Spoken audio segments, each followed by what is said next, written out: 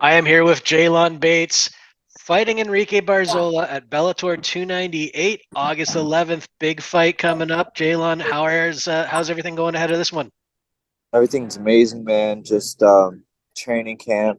It's been long 3 months, but we've been putting in the work, and it's time to shine next Friday. Absolutely. And before we jump into the fight and everything else, you mentioned you got your newborn there with you. How much added motivation is being a new proud papa for this fight? It's good. Honestly, it's my baby girl, so whatever she needs, Daddy's gonna make sure it happens. I'm gonna protect her. I'm gonna serve her. I'm gonna honor her. So it's really, I'm really happy. Being a father is it's amazing right now. Well, congrats. Except when they're not letting you get sleep. Yeah, I hear ya. Well, congratulations, anyways, on the little bundle of joy there. Absolutely amazing.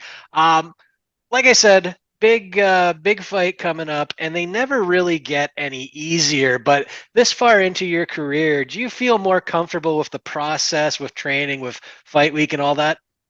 Absolutely, yeah. This fight camp has been one of my easiest fight camps that I've had in a while, since I would say my amateur days, and it's just been discipline, a lot of discipline and consistency. Nothing's changed except my diet and my strength training. That's it. Other than that, everything's been the same, and I'm sharp in the gym. I'm sharp on the pads. I'm sharp in sparring. So when we fight next Friday, it'll be fireworks, and yeah, I think people will be impressed. Well, good to hear. Sounds like it's a well-oiled machine heading in. I want to go back to your last fight for a moment. Jornel Lugo, I know ahead of the fight you talked about wanting to get the finish. You didn't get that, but you did get the win. Just overall, how happy were you with the performance and what did you take away from it? I think I could have done more. Obviously, I feel like whether I win or lose, I think I can do more. Sorry, baby. I think I can do more whether I win or lose. But thank God I've never lost. Uh, and I think I could have pushed him more. I felt he was very timid, almost as if he didn't even want to fight. And I didn't, and I'm not used to that because I want to fight. So when I go in there, I'm coming forward. I'm going at you like you can see any of my fights. I'm usually going forward. Very few times I'm fighting off my back foot, but I can also do that as well. But I felt he was very timid, and it was hard to handle that because I don't like fighting timid people who are like kind of scared to engage or they're running around the cage. I want us to not even just stand there and go, but I want us to trade and be able to just fight. And he felt he was very timid, so it neutralized a lot of my offense. Well, I imagine you're not going to have that problem with Enrique Barzola.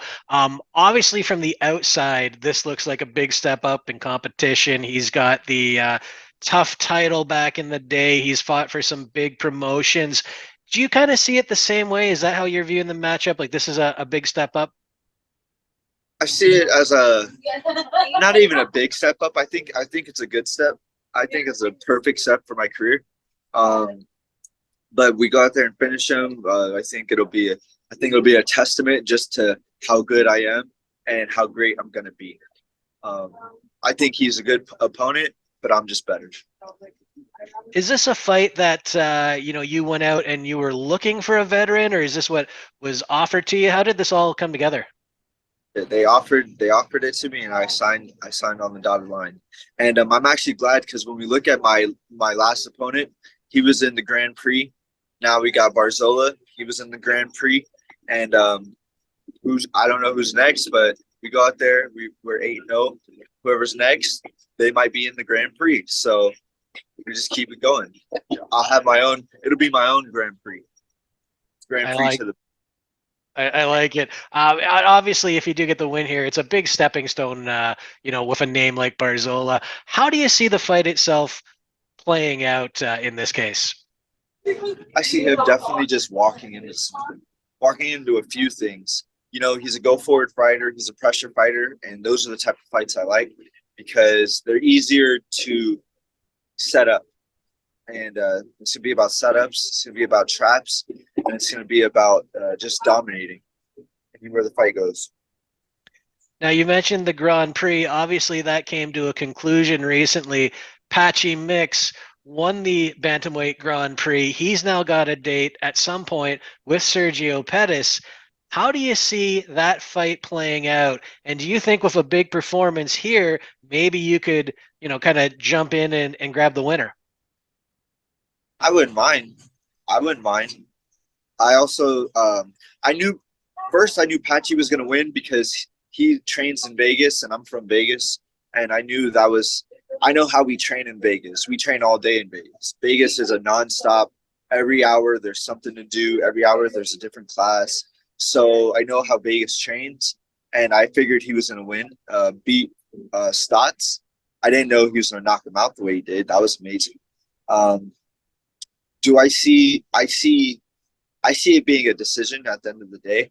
I don't see Mix finishing him because Sergio's a ground wizard. Uh, I see Sergio getting some good kicks in though. He has nice kicks. He's very flexible in his legs, but I don't see him knocking out. Uh, I don't see him knocking out Mix, and I don't see Mix knocking out Pettis because he's a veteran. You know, he's been around, and it'll be a good fight though for sure. Absolutely. Well, that's going to be a good fight. Yours is going to be a good fight as well. I wanted to ask you about something. You carry the nickname New Breed, and I'm curious what being the new breed of MMA means to you. Being the new breed of MMA means my fighting style, my personality, my my walk in this game is just new. There's not many fighters like me who went straight to amateurs and didn't have to go to the little, the little promotions. I went straight from amateurs into a major uh, promotion in America and in the world, actually, in the world. And not a lot of fighters can do that. So the fact that I did that is just, I'm the new breed, you know, I'm different. I know I'm different. I know I'm great. And I'm gonna go in there and just prove it. Do things I'm more comfortable with. I'm more comfortable now. Instead of coach and I were talking, it's about the mindset. Everyone at this level is really technical. Everyone at this level is already good. You know, they're strong. They can punch hard. They're technical. They have everything.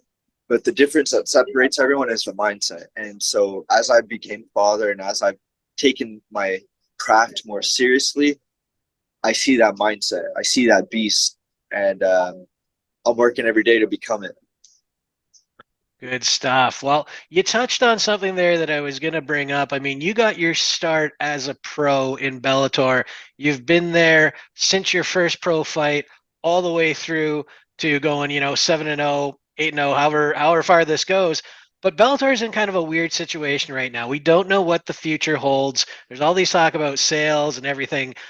Do you try and block that out? Has that been daunting at all for you to have to deal with? Because it has been the only home you've ever known.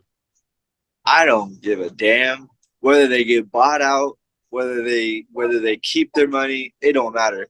Just pay me my money. I'm gonna make 50 G's after this fight. That's all I need. And then we're gonna just keep going up. I don't give a I guess big the confidence comes from like if you keep winning, somebody is going to be there for you to have a fight regardless. all day. The only thing I gotta do is keep winning, talk my shit, get better. That's it. I ain't gotta do nothing else. I don't have to do any more, any less. Just keep winning, and also win in spectacular fashion too, because people want to see knockouts. So I gotta go get some knockouts out there, you know. But whatever way God wants to bless me with the victory, then that's all that matters. I'm not worried about nothing else. Just winning, and however the win comes, just as long as it's not like my last performance, my last two performances, where getting taken down and held on my back. I don't like winning. Even though I was working, I don't like winning like that. I want to win dominantly. So that's most important.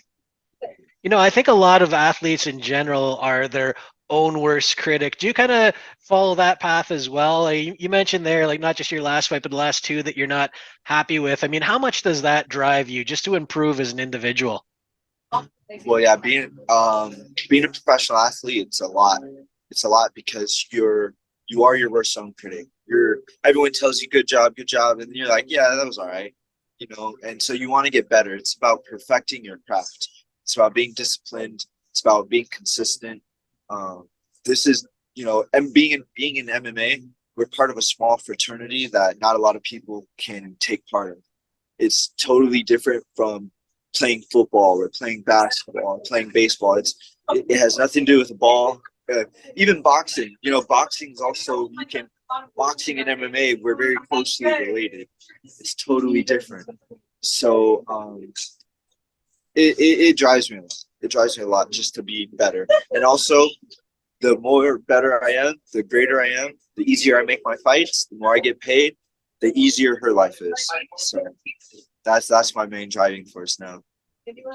Good stuff, man. Looking forward to this fight. One other question I had for you. You haven't been the most active on social media lately. I don't think you've tweeted in about a year on your official account. I haven't seen you on Instagram too much. Is that a deliberate step back from social media? Like, was it getting too overwhelming, or? I just hate social media.